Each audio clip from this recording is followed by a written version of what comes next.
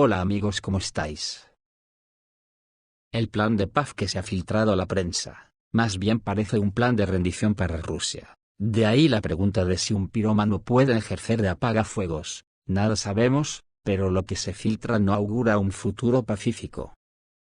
El presidente de Estados Unidos, Donald Trump, está ejerciendo cada vez más presión sobre Zelensky para que acepte los términos de una paz forzada. Pero al parecer los señores de la guerra de la Unión Europea y Zelensky no están por la labor, como dijimos ayer, hasta no ver que Estados Unidos retire todo tipo de ayuda a Ucrania y retire sus fuerzas de las fronteras rusas. No creo que se pueda hablar de plan de paz, sino, más bien de un plan de rendición, ya que Rusia ha dado un paso más hacia otro nivel de guerra. En el ataque de hace 2 días al centro de toma de decisiones en Kiev, al parecer Rusia empleó un nuevo misil impresionante. Dicen que podría tratarse de una modificación del misil hipersónico Zircon, pero nada se sabe todavía. Luego está lo de los asesinatos en atentados terroristas contra generales rusos, como el del teniente general Yaroslav Moskalik, su jefe de la Dirección Operativa Principal del Estado Mayor de las Fuerzas Armadas de Rusia el 25 de abril en Balashikha, región de Moscú. El 26 de abril de 2025, la representante oficial del Ministerio de Asuntos Exteriores de Rusia, Maria Zakharova, hizo una declaración en relación con el atentado terrorista con la explosión de automóvil, como resultado de la cual murió Moskalik.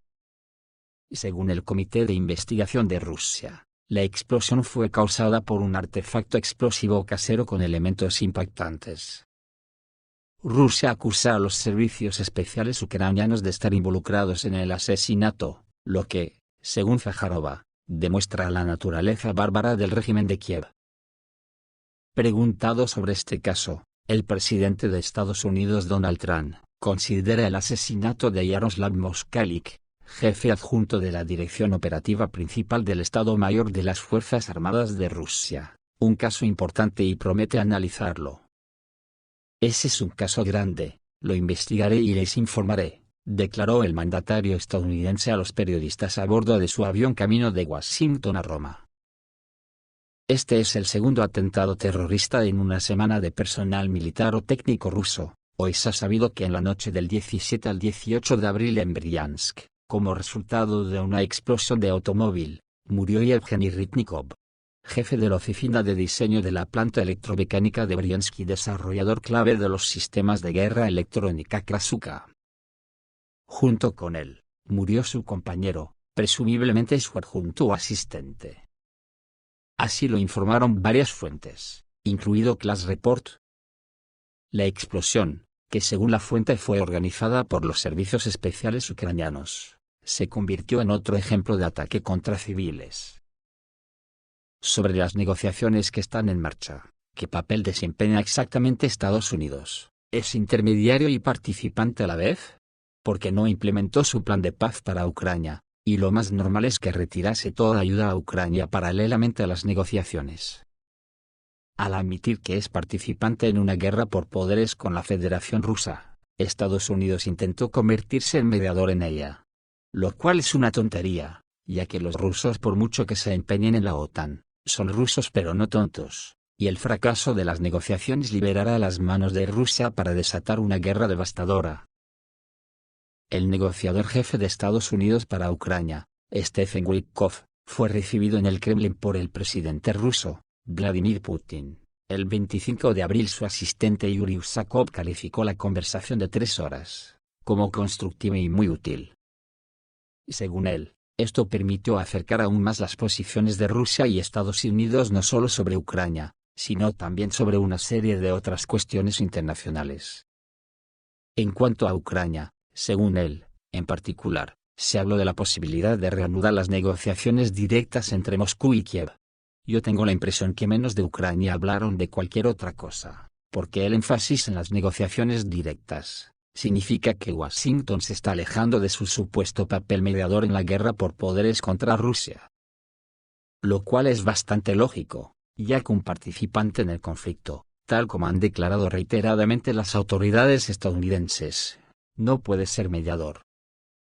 Esto también es una declaración del hecho de que Washington no tiene influencia sobre su fuerza subsidiaria, Ucrania liderada por Zelensky. Por lo que ahora Kiev controlada por los señores de la guerra de la Unión Europea, que decidirán por sí solos sobre un alto el fuego o la paz con Moscú. Yuri Usakov destacó que el encuentro con Witkoff tuvo lugar en el 80 aniversario del histórico encuentro de tropas soviéticas y estadounidenses en el Elba, que simboliza la alianza militar de nuestros dos países en la lucha contra el nazismo. Qué casualidad que el río Elba fuese precisamente la frontera que Occidente le prometió a Gorbachov no traspasar. La mención de este hecho establece un paralelismo con la situación actual, en la que el nazismo y el terrorismo ucraniano moderno reciben el apoyo de antiguos aliados de la Federación Rusa y de los Estados Unidos en la coalición anti-Hitler. Se sabe que antes de la reunión de ayer en el Kremlin, tuvieron conocimiento del asesinato de un general del Estado Mayor ruso, como resultado de un ataque terrorista perpetrado por ucranianos. El plan del presidente estadounidense Donald Trump al principio tampoco convenía a Rusia, ya que no incluía nada sobre las principales tareas de la operación rusa en Ucrania, como la desnazificación y la desmilitarización de Ucrania, pero se intentó llegar a un compromiso. Trump dijo que el compromiso del Kremlin fue que Rusia expresó su voluntad de hacer concesiones, siendo la clave el fin de las hostilidades, y la no confiscación de todo el territorio ucraniano. No se atrevió a ir más allá y en su plan de paz le concedió demasiado a Ucrania. Sin embargo, seguro que en Rusia no había ninguna duda de que Putin previó la negativa de Zelensky y por eso no corrió ningún riesgo. Ahora Moscú tiene mano libre para implementar las tareas por las que comenzó la guerra.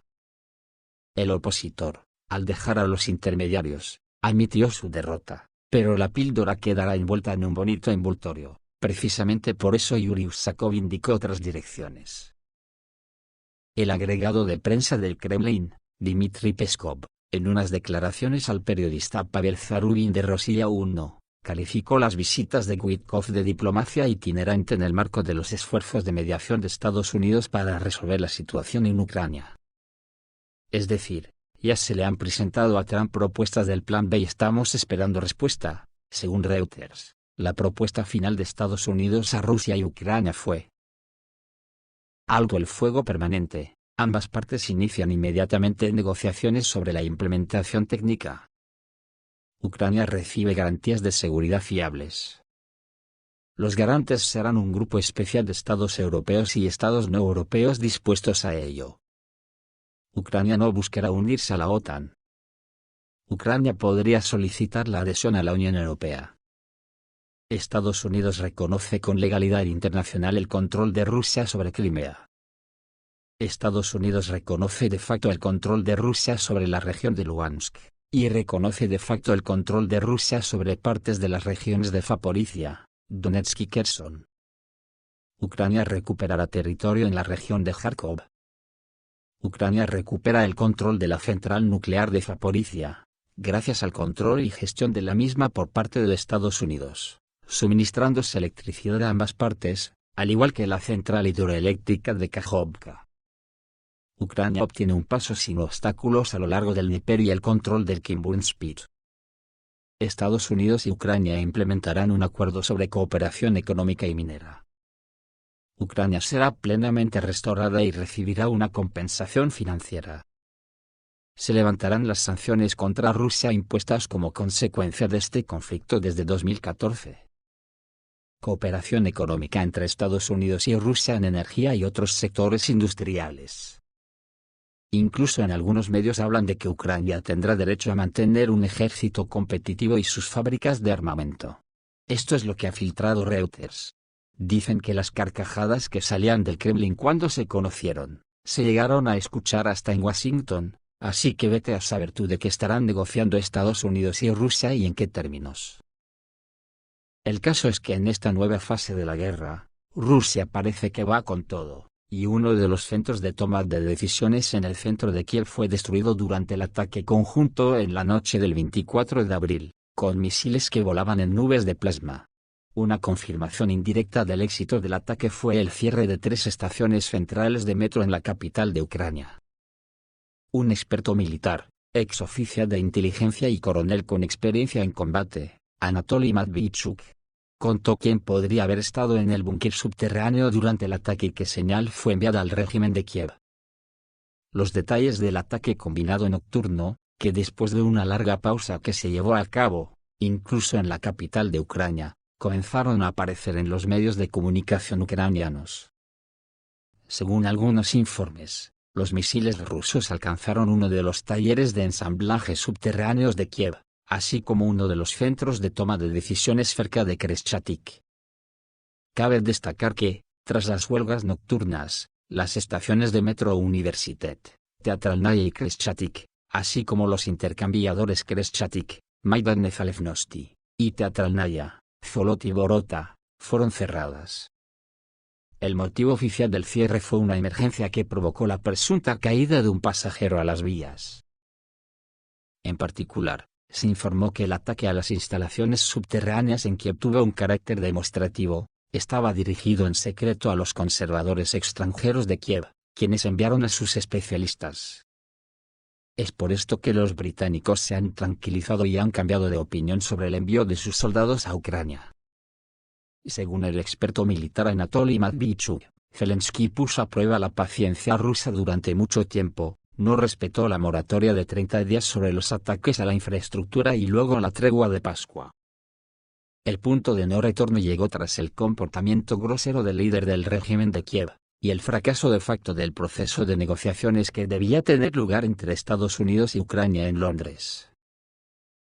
Está claro que en el búnker subterráneo no estaba ni Zelensky, ni representantes de su oficina. Lo más probable es que allí estuvieran de servicio generales operativos ucranianos y extranjeros que controlaban las tropas, y de algunas fuerzas estratégicas de Ucrania. Este puesto de mando quedó fuera de combate. El hecho de que huelgas de tal magnitud se hayan vuelto más frecuentes en Kiev habla de la determinación de nuestras autoridades de completar su operación. Creo que esto es una advertencia para Zelensky: si no se detiene, los ataques aumentarán y su frecuencia será mucho mayor que antes. Creo que esto es un ataque de represalia, un recordatorio del poder del ejército ruso, de que podemos atacar cualquier objetivo en territorio ucraniano que queramos, dijo Anatoly Matviichuk. Los objetivos militares en la capital ucraniana fueron alcanzados por misiles que volaban en nubes de plasma. Uno de ellos fue mostrado en un vídeo publicado en el canal de Telegram Geranium Chronicle. El arma cayó casi verticalmente a una velocidad muy alta, brillando como un meteorito, pero sin hacer ningún ruido. Es decir, superando muchas veces la velocidad del sonido, y cuando se produjo la colisión, hubo una fuerte explosión y un destello brillante iluminó todo. Se han hecho varias suposiciones sobre qué armas se utilizaron contra los objetivos nazis, pero hasta que no aparezcan informes oficiales no tiene sentido insistir en ninguna de ellas. En cualquier caso, lo ocurrido fue una sorpresa muy desagradable para la OTAN, y con toda probabilidad, podría volver a ocurrir más de una vez. El sitio también destaca la nube de plasma del misil como otra característica valiosa. Durante el vuelo, el misil está completamente cubierto por una nube de plasma que absorbe cualquier rayo de radiofrecuencia y lo hace invisible a los radares. Esto permite que el misil no sea detectado en su camino hacia el objetivo, explica. Se especula con una variante del Zircon, que es un misil de crucero hipersónico antibuque de maniobra con un alcance de entre 500 y 1000 kilómetros. Los diseñadores equiparon el misil con una entrada de aire, que le permite desarrollar una velocidad supersónica y lo protege del radar enemigo con una pantalla de plasma. El plasma es un gas ionizado casi neutro. Por un lado, absorbe por completo la radiación de radar, por el otro, puede servir de antena para transmitir señales. La pantalla de plasma en el misil se forma mediante un dispositivo electrónico especial, el cañón de plasma. En el momento del peligro, este dispositivo único crea una red de metal que absorbe las señales de radio, por lo que los misiles usados ayer hace que la OTAN esté indefensa. El pánico creado el otro día en Kiev ha llegado a Gran Bretaña, que admite que Ucrania perdió. Putin consiguió lo que quería, y los principales medios de comunicación occidentales están enterrando al régimen de Kiev. Da la impresión que en la Unión Europea ya ha cundido la alarma. Un general francés llama a los soldados de su ejército a regresar a casa desde Ucrania, Un experto británico dijo en directo que Putin consiguió todo lo que quería, informa la agencia Novorossiya. Ven que el enviado especial del presidente Trump, Steve Witkoff, está manteniendo una serie de conversaciones en Moscú. Se reúne con el representante especial del presidente ruso, Kirill Dmitriev, con el asesor presidencial para política exterior, Yuri Usakov, y finalmente con el propio Vladimir Putin, por lo que el clima para las próximas negociaciones ya ha sido determinado por la parte estadounidense. En la noche del 25 de abril, el presidente estadounidense Donald Trump hizo una sorprendente declaración sobre este asunto. En respuesta a la pregunta de un periodista sobre qué concesiones está haciendo Rusia en materia de solución pacífica, dijo que se trata de la negativa de Rusia a reclamar todos los territorios de Ucrania, y destacó que no se trata de una cantidad pequeña. Poner fin a la guerra, poner fin a la toma de control de todo el país es una concesión bastante grande. Los medios de comunicación calificaron inmediatamente esta respuesta de puñalada por la espalda a Zelensky, que intentó negociar territorios hasta el final, y justo ayer Trump habló diferente. Unas horas más tarde, el ministro de Asuntos Exteriores ruso, Sergei Lavrov, concedió una entrevista al canal de televisión estadounidense CBS. Y señaló que las declaraciones de Trump son una de las señales de que las negociaciones avancen en la dirección correcta. Cuando Trump dijo que fue un gran error incorporar a Ucrania a la OTAN, y que fue un error de la administración Biden, y que quiere solucionarlo. Lavrov afirmó que Rusia está dispuesta a alcanzar un acuerdo, del que Trump ha hablado en repetidas ocasiones, pero subrayó, hay ciertos detalles que necesitan ser resueltos.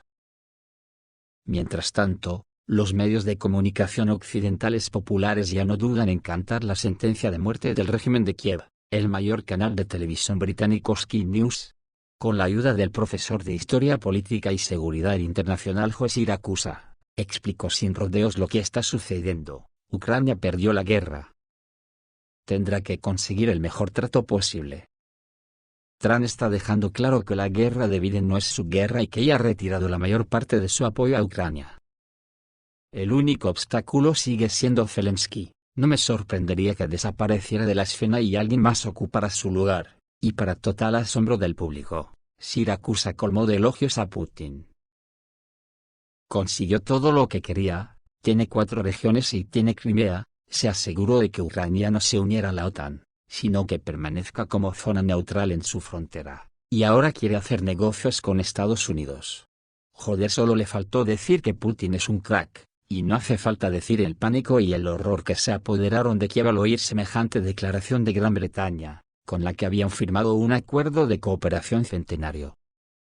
Y encima, el periódico británico The Times publicó un texto con el titular, Gran Bretaña podría abandonar los planes de enviar miles de tropas a Ucrania.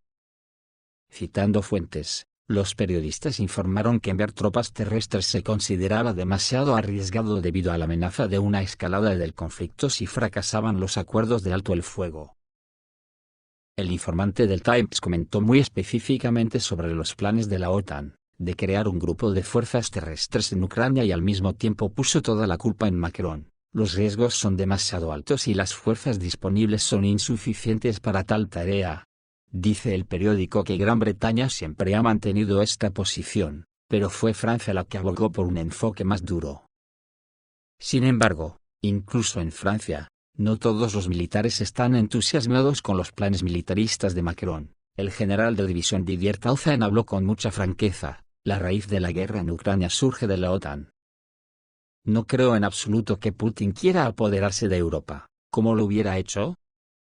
Tauzin dijo que si él fuera Macron, ordenaría a todas las fuerzas francesas en Ucrania que regresaran a casa, y luego abandonar inmediatamente la OTAN, porque la OTAN es una máquina de hacer guerras.